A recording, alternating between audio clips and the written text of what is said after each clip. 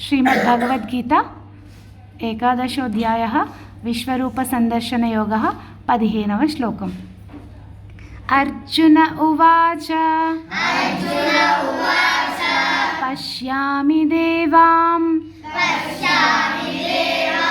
तव देवदेहे सर्वांस्तथा भूतविशेषसङ्घान् ब्रह्माणमीशं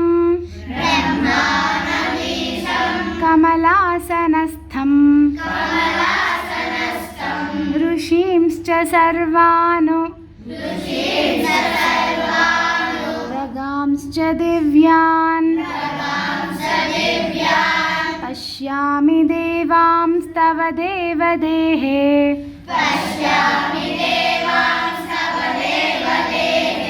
सर्वांस्तथा भूतविशेषसङ्घान्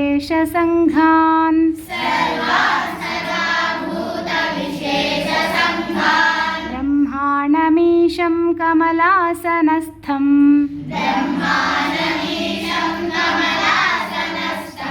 ऋषींश्च सर्वानुरगांश्च दिव्यान्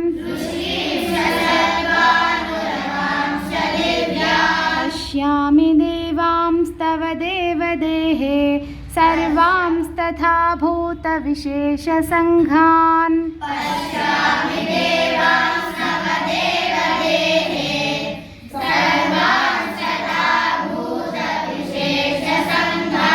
ब्रह्माणमीशं कमलासनस्थं ऋषींश्च सर्वानुरगांश्च दिव्यान्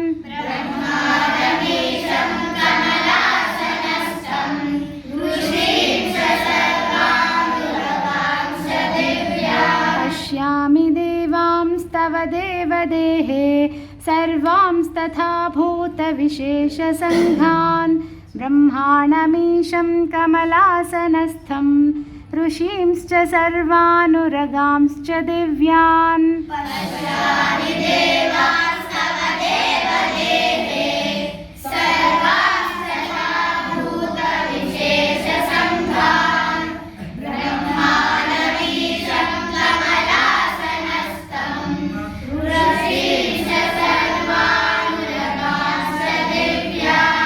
जय श्री राम।